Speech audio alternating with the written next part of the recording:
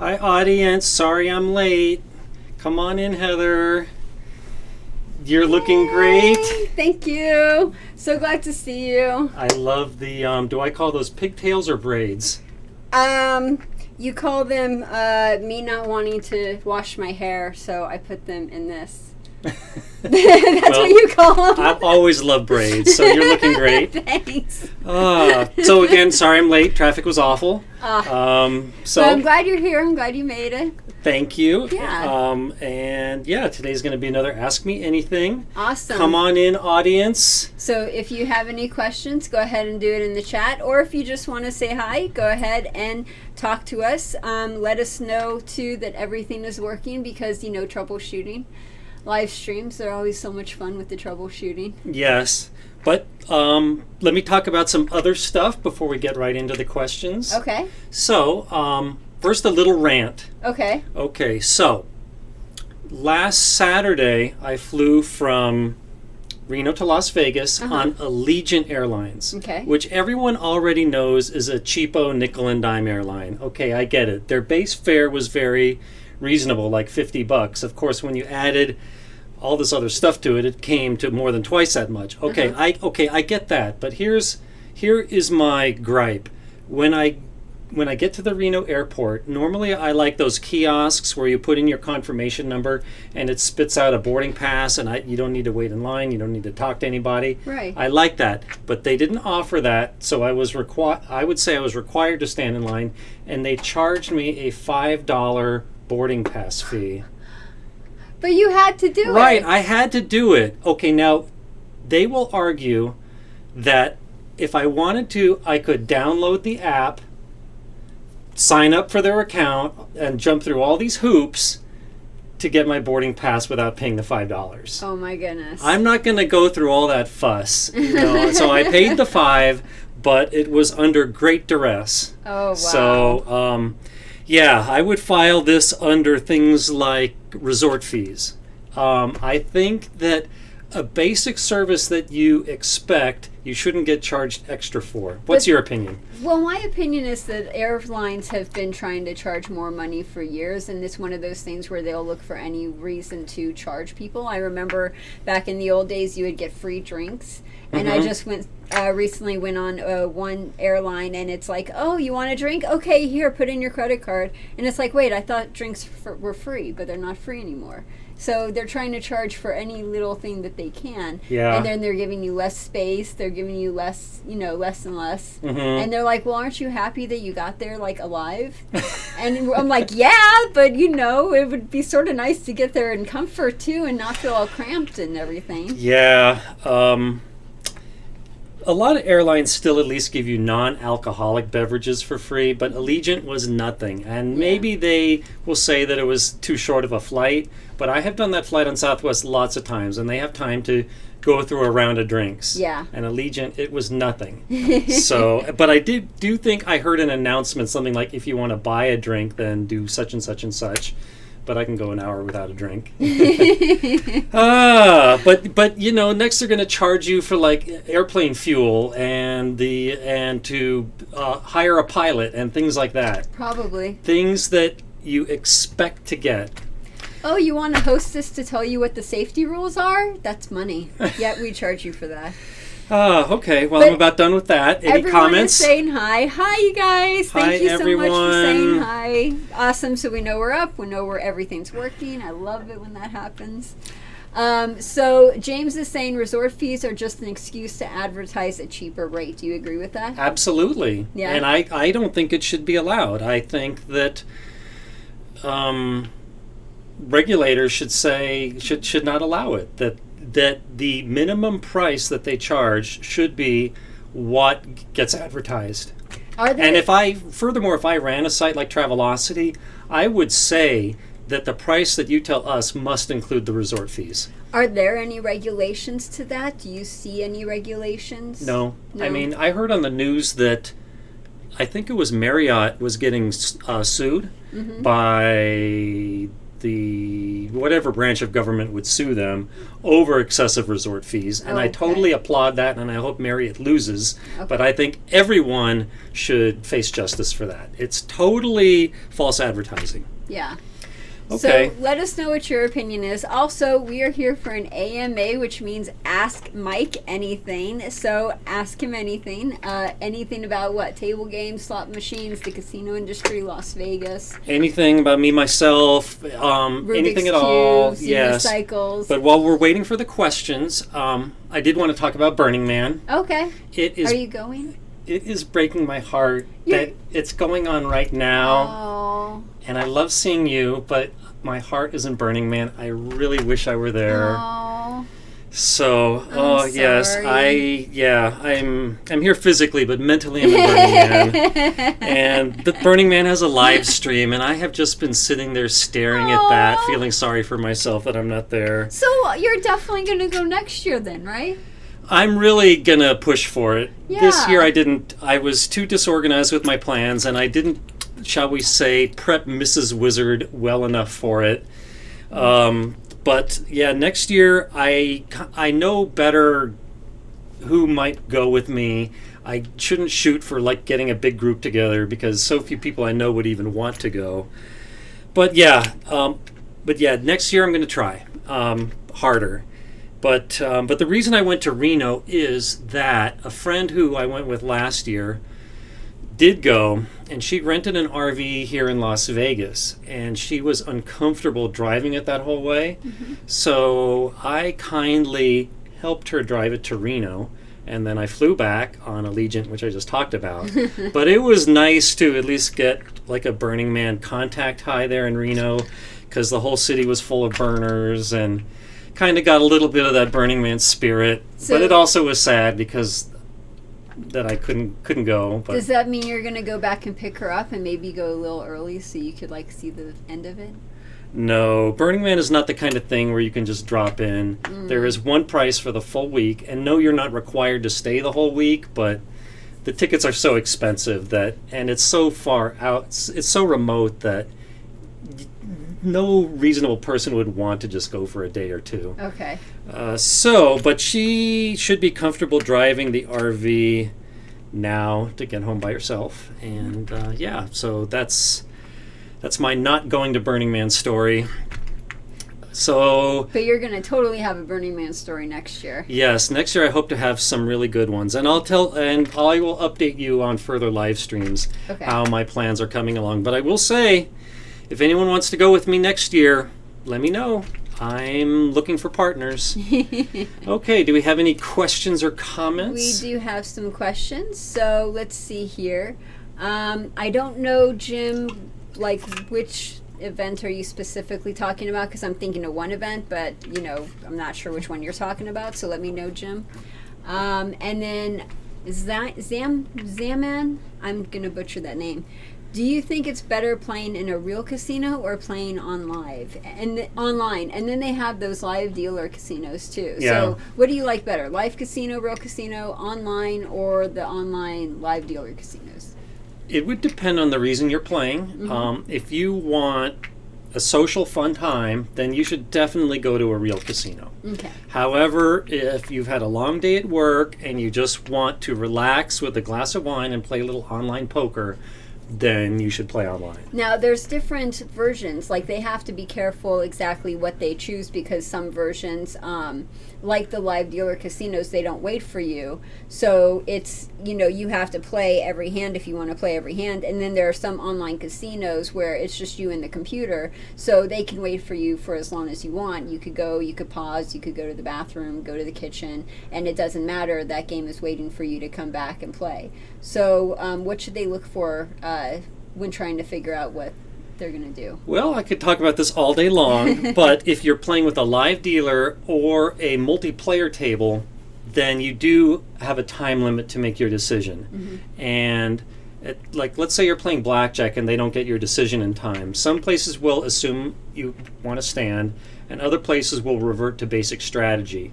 And with online poker, if it gets to be your turn and you don't do anything, then if you're supposed to bet, then it assumes you want to fold. Okay. And in a tournament, though, they will.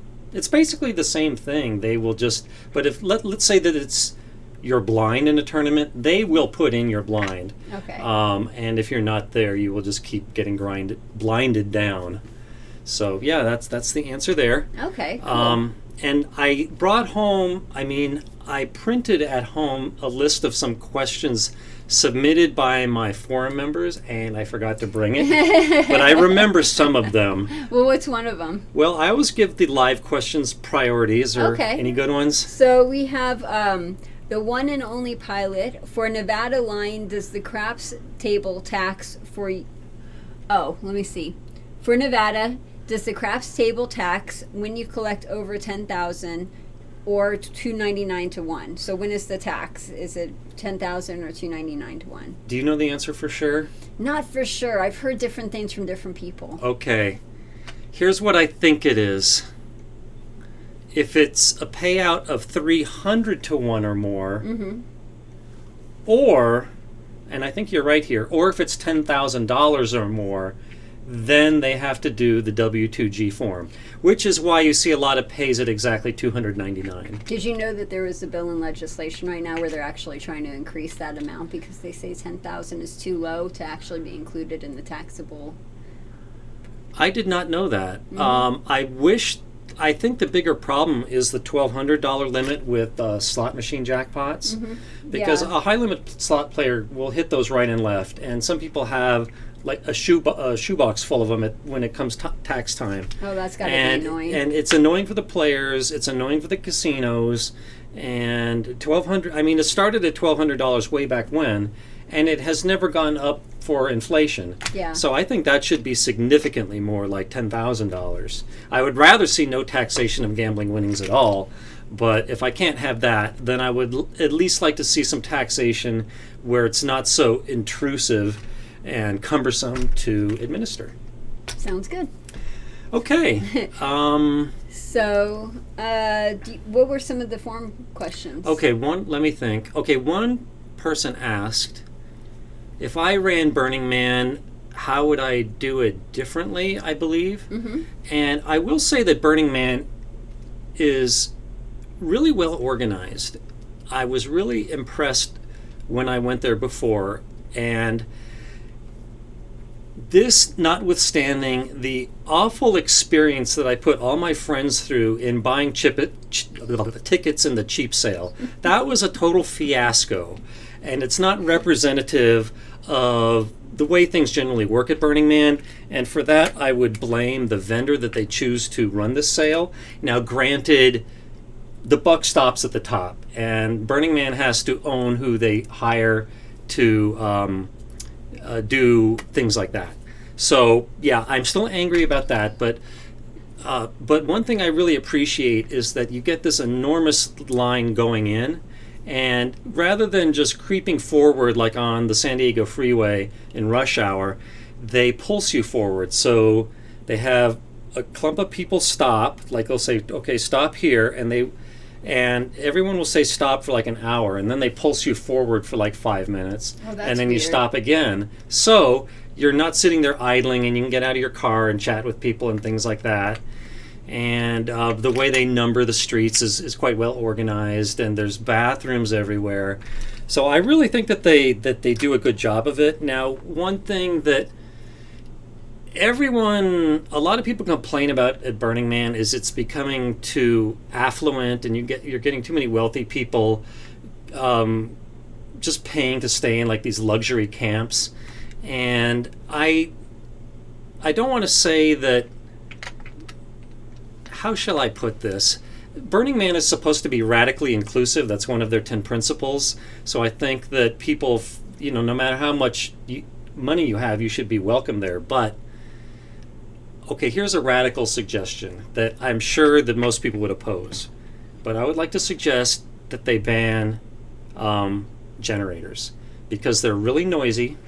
And if you didn't allow generators, then you would have no air conditioning, and that would drive out a lot of the people that are glamping and need luxury. And you would have more of the tough people that Burning Man, I think, was designed to be about in the first place. Well, get rid of the air conditioning. You'll get rid of a lot of people, that's for sure. I think that I would be getting rid of a lot of the people that aren't participating and are just, they're not contributing anything. So do you think that that's one of the bad things about Burning Man, are these people that aren't contributing, that, for example, what did you call it? Unicorn girls? Is that right? Oh, you're talking about sparkle ponies. Yes, that's it. Yeah, totally. And then so people, like what you were talking about, the affluent people who are staying there and the sparkle ponies and all of those people, do you think that it would be better without?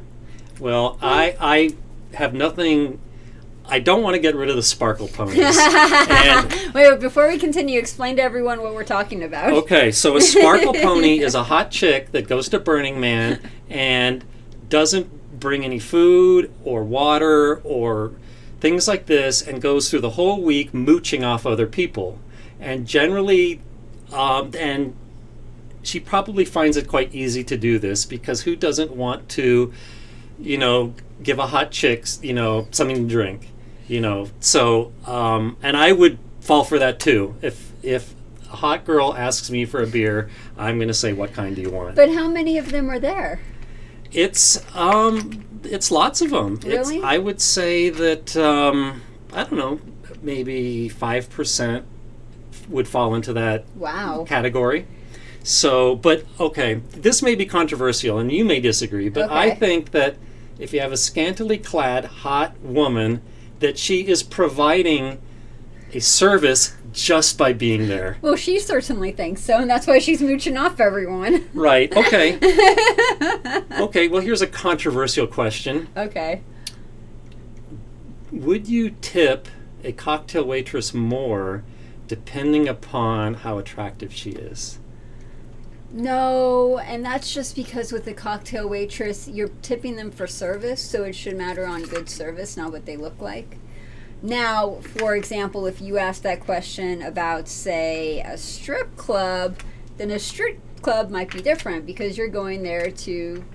And then that would apply, But if you're going to a casino and you want a cocktail, it should be based on their service that they provide and not how they look, But then why do you see so many, why are cocktail waitresses generally in skimpy outfits and generally try hard to be attractive? The casinos put them in that skimpy outfit. The casinos are also trying to put female dealers in skimpy outfits as well. Hence the party pits. So... Okay, my argument is, for the same reason that you would tip more at a strip club, is that it takes work to look attractive. And granted, some things you can't help, but the cocktail waitress can work hard to stay in shape and But when you're say when you're going to a food place, a fast food place, or you're going to a casino and you have a cocktail waitress, you're going to those locations for those services, not because, someone looks good. When you're going to, say, a strip club, you're going to a strip club because they look good. So, of course, it would make sense that might apply at a strip club, but that doesn't apply at, let's say, a casino, where you're not going to the casino specifically for that. You're going to, have good service. I would say that I appreciate going to casinos that have attractive staff. Well, yeah, you're their demographic. That's what they're aiming for. Right. So that said, let's say I go to Starbucks and the barista looks like she puts a lot of effort into having a good appearance. I will reward for that. You'll tip more? Yes. Cool. Okay. That and I bet you would too. They pulled their tips, right? I did not. Yeah. Oh, well, I still would. Okay, well, enough about that topic. Okay, let's see what they're saying in the chat. SW627.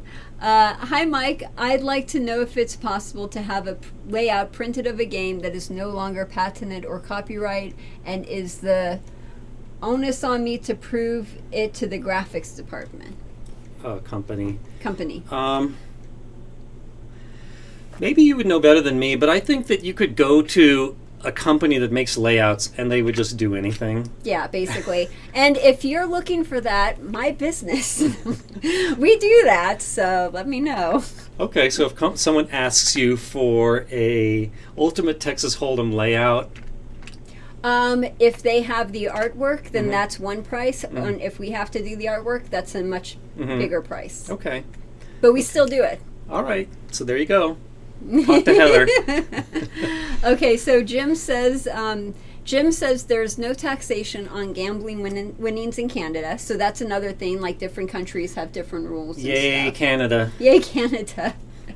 And Jim, you also asked a different question earlier. I just didn't understand what event you were talking about, and I wanted to be sure before we brought it up, just so you didn't think I was ignoring you.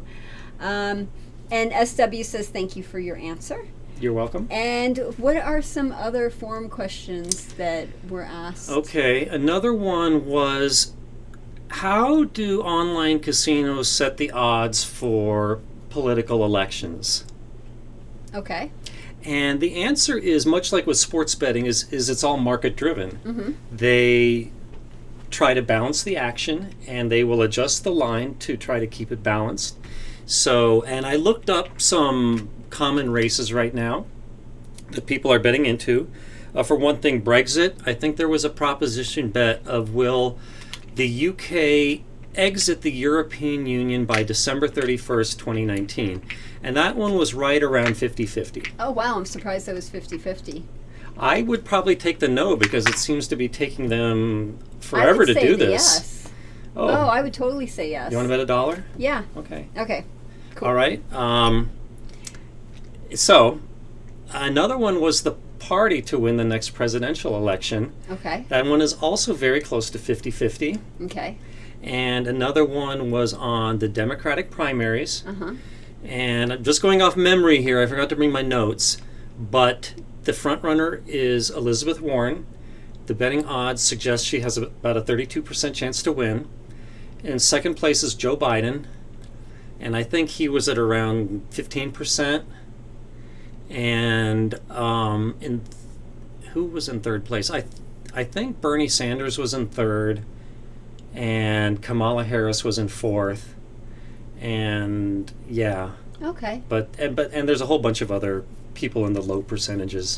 Okay. So yeah, but yeah, again, it's all market driven. Cool. Yep.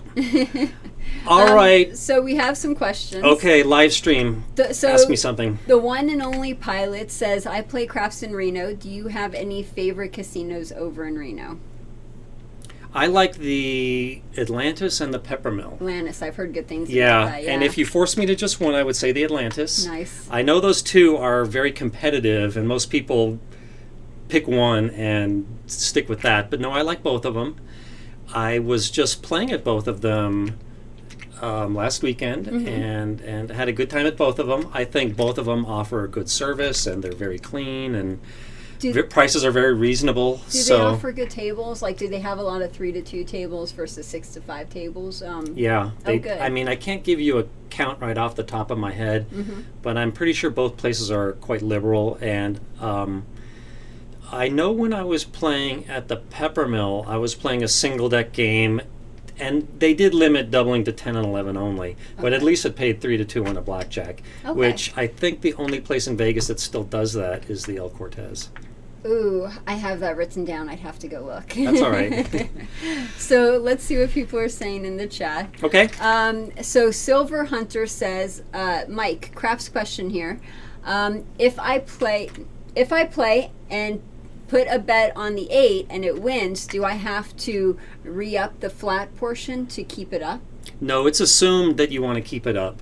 For example, if you bet $6 on the 6 and the dice roll a 6, they will pay you the $7 profit, but assume that you just want to keep the original 6 up there. And so if you want to take that down, you have to actually say, take down the 6. Okay, cool.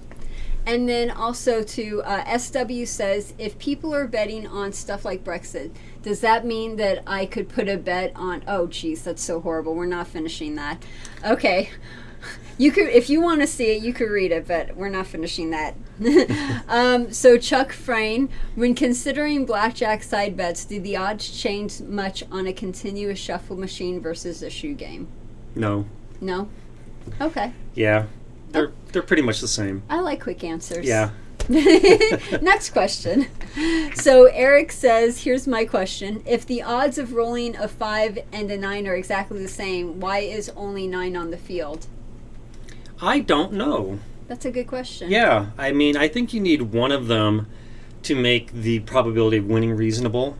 But but then the probability of winning would be either equal or more than 50% if both of them did. So why did they choose the 9? I don't know. I also don't know why some casinos pay 3-1 on the 12 and not the 2, but in Reno they pay 3-1 on the 2 and not the 12. Okay, because we were talking about that in my live stream earlier, and I was trying to think, do they pay 3-1 on the 2? I couldn't remember, and I was having a brain fart. But okay, so they do 3 to.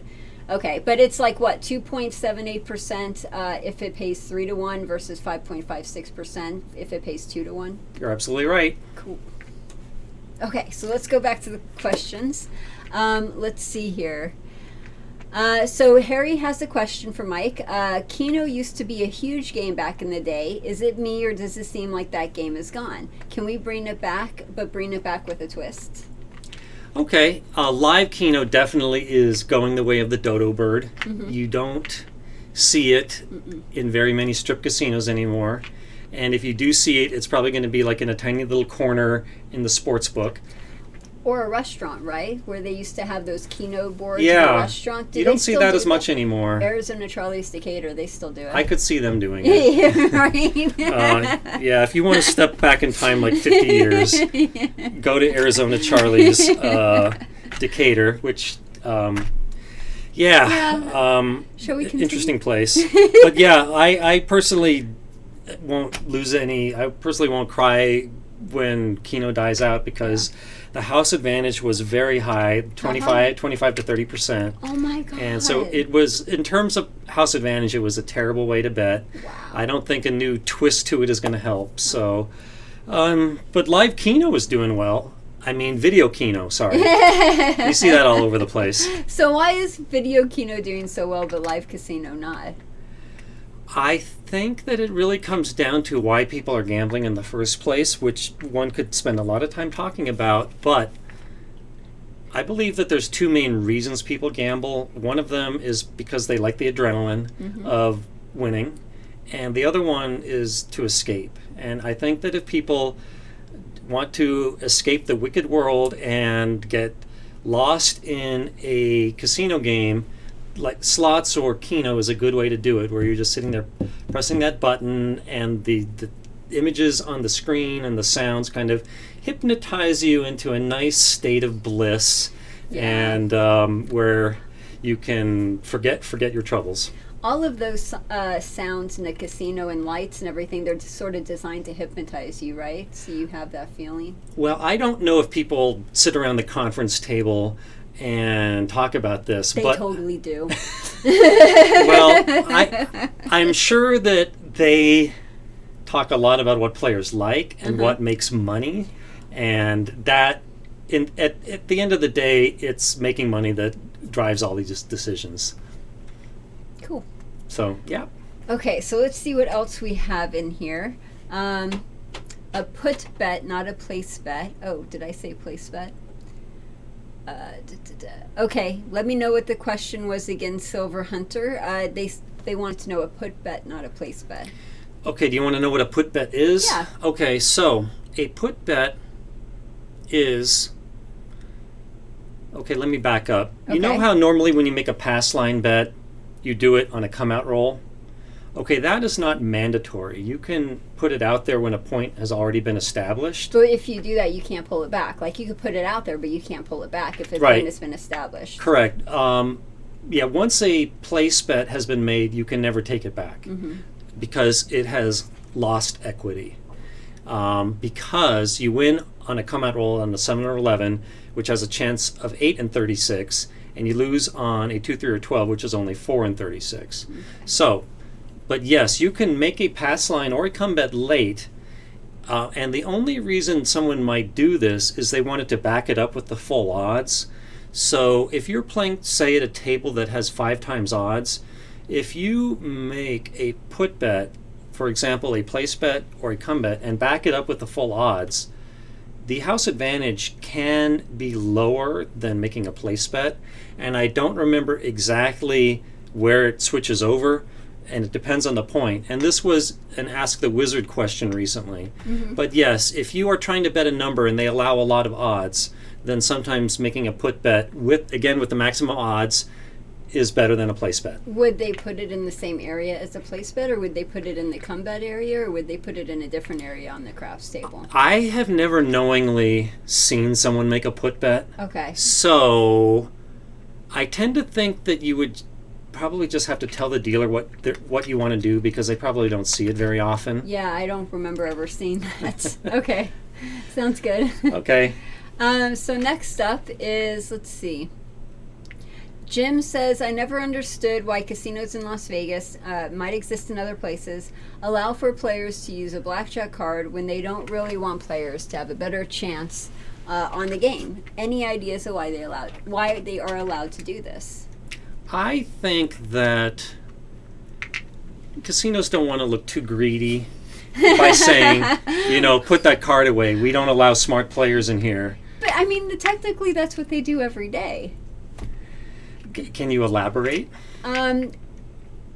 For example, if they have a card counter on the table that is doing a really good job, they'll say, you're too good for us, and they'll show them the door. Oh, you're absolutely right. Their general policy is that if they don't consider a player profitable, then they will do that. But if you have a basic strategy player who's playing perfect basic strategy, they will let that player play. Well, that's because over time, even though you're playing perfect strategy, you still have the house edge. That's advantage for the casino, not for the player. Yes. So if they saw a player with a basic strategy card and he or she wasn't slowing down the game egregiously, I think it would just look really bad for them to say, put that card away. Like, it's as if to say, we don't like educated players here. And that would completely put off this player, and who knows, maybe the wife of this player is a slot player, and saving $1 by prohibiting this player from using his card, you might lose $100 from his wife not playing because the husband gets angry and they leave. So, yeah, I think I view it as that, how shall I put it, that you have to take the good with the bad. Okay, cool. Okay, so next up, Eric says, I just started playing craps and no one else had an answer to that. Oh, no one had an answer to that either. Okay, so he was just saying thanks. And then Harry says, Mike knows how hard it is to get your table game in nowadays. What would he say is the best way to do it if he was ready? Table show or just work the local casino? Work the local casinos. Yeah. Yeah. You don't believe in cutting edge? I don't have a problem with cutting edge. How shall I put this? I think that ultimately it's going to be a casino manager that's going to have to put your table in, and you're going to need his attention. And I think a good way to do that is to just make phone calls, to send out packets, to just show up to casinos cold and ask to speak with them. Can I have 5 minutes to do a demonstration? Now, I'm not saying to not do cutting edge. That's a great way to get the attention of a lot of casino managers, but they are going to see 50 games and I don't think they're going to remember a particular one very well. So, but if your game sticks out in their mind, that's a great way to do it. Plus, also, I think a good thing about cutting edge is you get all that feedback. That's true. So that would be feedback you would have to pay a lot of money to do, like an actual, demo kind of a thing to people and So at Cutting Edge, I know that people vote for their 3 favorite games, but is there anything where the participants are supposed to fill out comment cards about the individual games? Some of the games do have comment cards on there for people to fill out, and what they'll do is they'll offer their own reward, we're giving away this free PlayStation 4.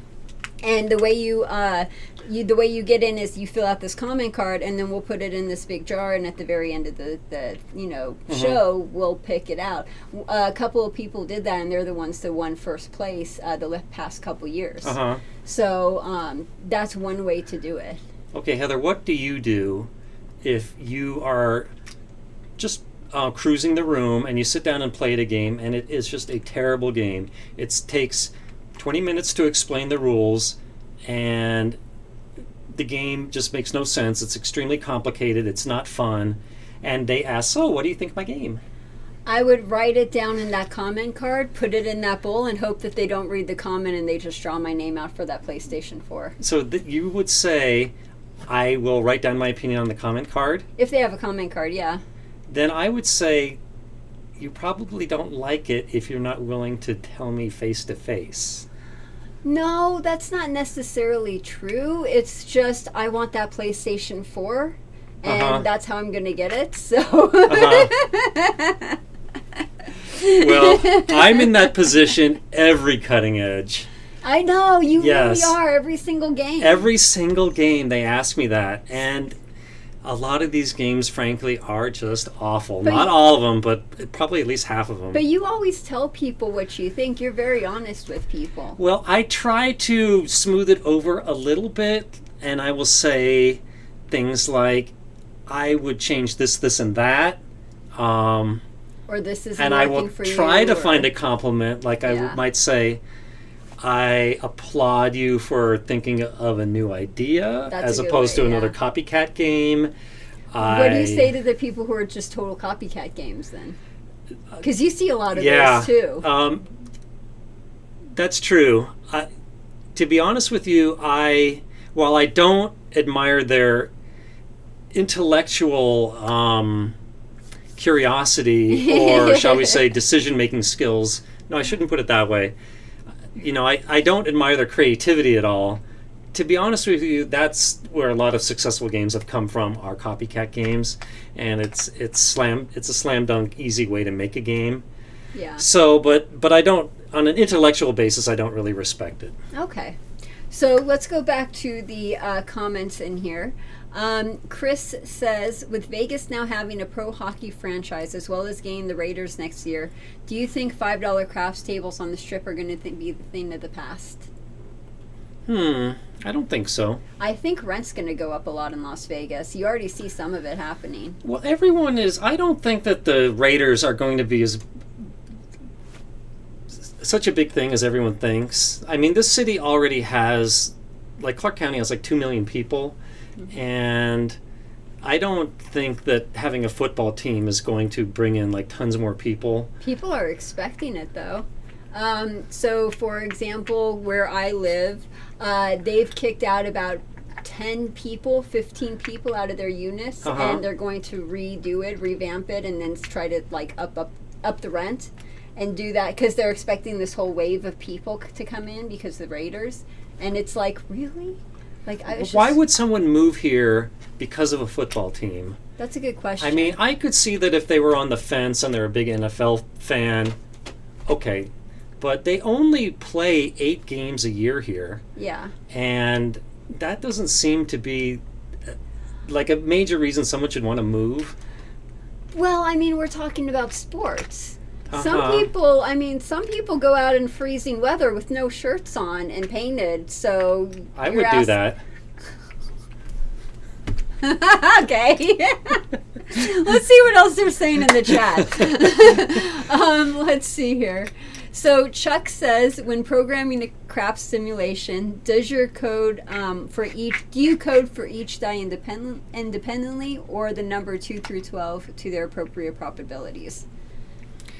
Okay, well, first of all, for craps, I wouldn't need to do a simulation because the math is not that difficult. Even with a complicated side bet like the all tall and small, there are still mathematical ways to do matrices to figure it out.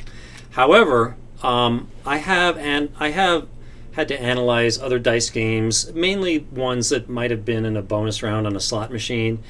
And there I would run a simulation, and there I would draw a random number for each die. And the way I would do that is pick an integer, divide it by 6, take the remainder, and add 1. Okay. So, yeah, I would actually simulate actual dice throws. Okay, cool. That's pretty interesting. So next question, let's see here. Any strategies for playing a blackjack tournament? I'm assuming playing basic strategy isn't always good, and that is from Jim. Okay, this is something I could talk all day about. People have written books in answer to this question. Okay, the most important thing in any tournament is that the object is to beat the other players, not to beat the dealer. And the way you do that is you have to keep a careful eye on how much your competing players have. Mm-hmm. And all you need to do is to be ahead by $1. You should never lose with chips on the table. You should view your chips like ammunition in a war. If you get killed with ammunition in your pockets, that's just wasted. You should have been using it in the fight to, try to save your life. But what do you do? Like, do you do all in every single hand, or do you just wait for the very last hand and then go all in? Okay, it all depends on the rules of the tournament. In some tournaments, they put a maximum bet size, and if this maximum bet is rather small compared to where you start, then you may be making max bets from the beginning. But most tournaments aren't like that, and a lot of them you can bet whatever you want to. And let's say, for example, the tournament is 10 hands, mm-hmm. 6 players, only the top player advances. For the first 5 hands at least, I would just bet the minimum and play basic strategy and watch the behavior of the other players. I have done this before and advanced, never having made more than a minimum bet because all the other players bust out. And so that's one reason for being patient. But lots of times one player will surge ahead, mm-hmm. and you have to beat them, and you're only going to have so much time. So if you're behind and it's getting close to the end, you're going to have to make probably some all-in bets. Okay. But if you're only a little bit behind, you might bet half your stack, so you have doubling and splitting money. So it's sort of like Jeopardy. At the end of Jeopardy, you have to figure out how much other players have, what happens if they double, and then can you beat them? Yes, it's very much like Final Jeopardy. And a very common situation in both Jeopardy and in a tournament is it's the last hand, and the first place player has less than twice the second place player. So if the second place player doubles up and the first place player stays the same, the second place player will win. Mm-hmm. So in that situation, the basic rule of thumb is that it comes down to details, but in a casino game situation, the correct answer is both players should randomize. The second place player should want to do the opposite of the first place player, and the first place player should want to do the same as the second place player. So, but in a casino tournament, you have to go in order, and so this is great for the player to act last. And for example, let's say that you are in second place, but you get to act last.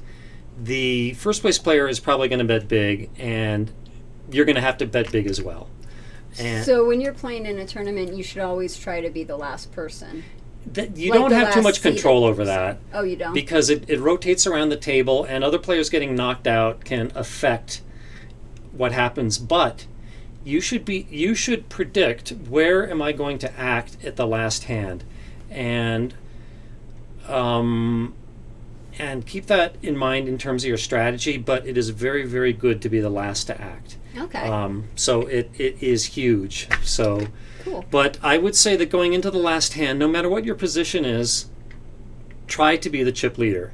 And it's easier said than done, but you may have to shove all your chips in a few times to get there. But at least if you bust out, you busted out trying, and you didn't waste any ammunition. And you played it right. Yeah, so that's awesome. That's the executive summary of my tournament advice. That's awesome. Thanks. So we have more questions. The next question is, Let's see. The one and only pilot, I know you vouch not to bet on sucker bets, but do you personally like to bet on a bonus features of, for example, the all tall, small, or sharpshooter? Those are side bets. Sucker bets have nothing to do with them. It's just a high house edge, right? Yep. Okay. And then if the players cannot brag about your game for you, get back to the drawing board. That's what someone said. How long, so this is from SW, how long should it take a Pai Gow's tiles player to set his hand so that he is not annoying the dealer or the other players? How long is an average in your opinion? Okay, so let's say it's a full table. Then I think that you should be able to set your hand in about 10 seconds. Now, if you're having trouble setting your hand, can't you just show the tiles to the dealer and the dealer will set it for you based on the house way? Yes. And do players who are playing that game, would they prefer newbies to try to set the hand themselves and take a long time, or would they prefer just showing the tiles and having the dealer set it so that way you can move the game quickly? The latter. Okay. They hate a slow game. They're not going to mind if the player shows his tiles and either asks the dealer or another player for advice. Okay. And I think they like it to be asked for their opinion. Yeah. And I think that players actually like it, like if a newbie or anyone like turns over their tiles and says, what would you do? Because it gives the whole table an opportunity to discuss it, and it becomes more of a team effort. So that's what I would do. And on that note, don't be a troll and ask people what their advice is and then do the complete opposite.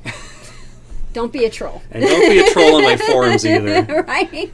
I bet you have some fun ones. Well, I don't want to talk about that. Okay, so let's move on. Let's see here. Next question. Is there a way of learning how to count the cards fast? And this is from Bruce. Oh, do you have some cards here? I do. I do have cards. Oh, sorry, Pip. So do you want a shoe or do you want... Just a single deck. There you go. Okay.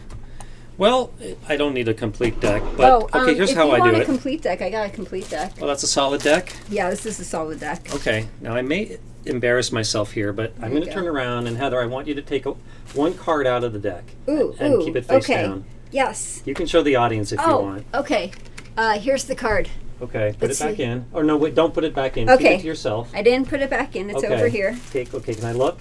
Yes, go ahead. Okay.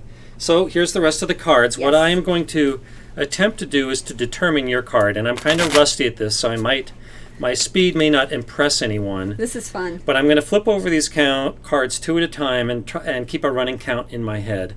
So here we go. -2, -1, -1, -2, 0, 1, 1, 0, 0, 2, 3, 3, 3, 5, 5, 6, 7, 5, 3, 1, 0, 0, 0, -1, -1, 0. So the count is neutral here, which means that your card must be a 7, 8, or 9. You are correct. It's Yay! 9. Woo! Nice job. So that's how you do it. So, okay, if you're practicing at home, how do you practice that? Okay, so here is the basics of what's called the plus-minus count, which is what most counters use. So small cards are good for the dealer. Big cards are good for the player on average. I know anything can cut both ways, so these are just generalizations. So you're switching out, you're doing 3 different piles, and one pile it looks like it's all 10s, jacks, queens, kings, and aces. The next pile is 7, 8s, and 9s, and then this pile is 2 through 5, or 2 through 6. Am I correct? Correct. So these cards here, these are called the low cards. 2 through 6. Yep. These are, when there are lots of these in the deck, that is bad for the player. Because the dealer can make 21 so easily. Yes. 7s, 8s, and 9s are neutral. And so when you say 7s, 8s, and 9s are neutral, you're talking about 0. Yes. And when you're talking about the low numbers, what is that, plus or minus? These are the plus cards. The small ones are the plus. So you do +1 on the small cards. Yep. Not 7, 8s, 9s are 0. Yep. And they're neutral. And the 10s and aces are -1. And those are -1. So you have 5 small cards or 5 small ranks and 5 big ranks. 10, so Jack, Queen, King, right. Ace. So at the end, everything should balance out. So, but as you're keeping a running count in your head, if it is positive, that means a lot of small cards have gone out of the deck, meaning the rest of the deck is rich in big cards, which is good for you. So that's why people will bet more if the count is positive. Okay. So that's just the basics. There are more complicated counts that don't just treat any given rank as 0, +1, or -1, but it can range anywhere from like -4 to +4. And they're more complicated. Yeah, they're more complicated. And if you go to a Blackjack forum, you will see a lot of very arrogant people that put down +- players. I think that the power that you get with something like the Omega 2 or whatever it's called over the + - is not that significant. And I think that for most players, the + - is enough. Yeah. So, yeah, there you go. That's the basics of card counting. Very cool. Appreciate that. All right. What else do we got? Let's see what we got. We have just a couple more minutes, so maybe one more question, maybe 2 at the very most. Let's see if there's a good question. We have a lot of questions here. Sorry, we're going to have to not... Is that you, Vince Armenti? Yeah, that's him. Oh, hey, Vince. So Vince says, why not do just a flash count? And what's a flash count? Yeah, I don't know. Oh, okay. That makes it easy. Next question. Is it possible to make a living at table games, including poker? Yeah, this is another one could talk all day about, but certainly people can make a living at poker, at blackjack, and other table games, probably any of them, if you're taking advantage of dealer errors. Which is why some of them go to break-in houses. Yeah. Yeah. So, for example, taking advantage of a flashing dealer. So when you're saying, so you're not talking about a flashing dealer, you're talking about when you have a hole card and a dealer is flashing third base or first base with their hole card. Yes, I would rather the first kind of flasher. But, that's at a different location. That's at a different establishment. Okay, well, let's have one more question. Okay, do you want, let's see, we got a craps question and let's see. Do you want a craps question or a blackjack promotion question? I'll do the blackjack promotion question. Okay, so Humanly Man says, I was wondering about a blackjack promotion. If you win with 5 cards, you win 2 times your bet on top of the regular win. So a $50 bet can win you $200. What do you think this adds to a 99.5% game? I hope I said the whole thing right. I can only see half of that on the screen. Okay. Did I say it all right? Let me make sure. Which one was it? It's this one right here. Okay, I was wondering about. Okay, so basically, if you win with 5 cards, you get paid 3 to 1, not 1 to 1. That would be huge. I once saw Binions do 2 to 1 on that, and just going off memory, a 5-card Charlie as an automatic winner is worth about 1.3% to the player. So we would double that because they're paying 3 to 1 as opposed to 2 to 1. So this is going to be worth about 2.6% to the player's way. And he said, what was the base house advantage? Did he say 0.5%? Oh, that was the part that I couldn't see. Well, it's a 99.5% game, so that's a 0.5% house advantage.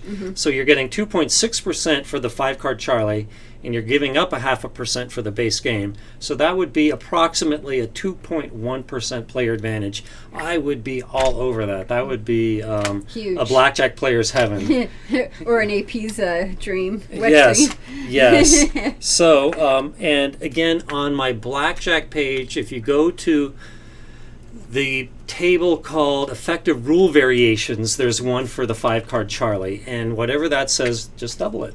Okay, cool. All right. Well, I think let's wrap it up. We're out of time. Yep, sounds good. We did an hour. Thank you guys so much for your questions. When are we going to see you next time? When is your next live stream? So, how about in 2 weeks? Okay, so be back in 2 weeks. And same time, 3 p.m.? Yep, so thanks so much, Heather. For anyone who doesn't know Heather, she runs the Vegas Aces website, which is all about dealing the games in Las Vegas, and it's a great site, and Heather has a live stream right before mine at 2 o'clock. Yeah, and if you watch it, you'll see the special visitor that we had show up. That was awesome. I love it. I feel like I'm doing a case of Mr. Rogers. Oh, we have a visitor. Let's go see who it is.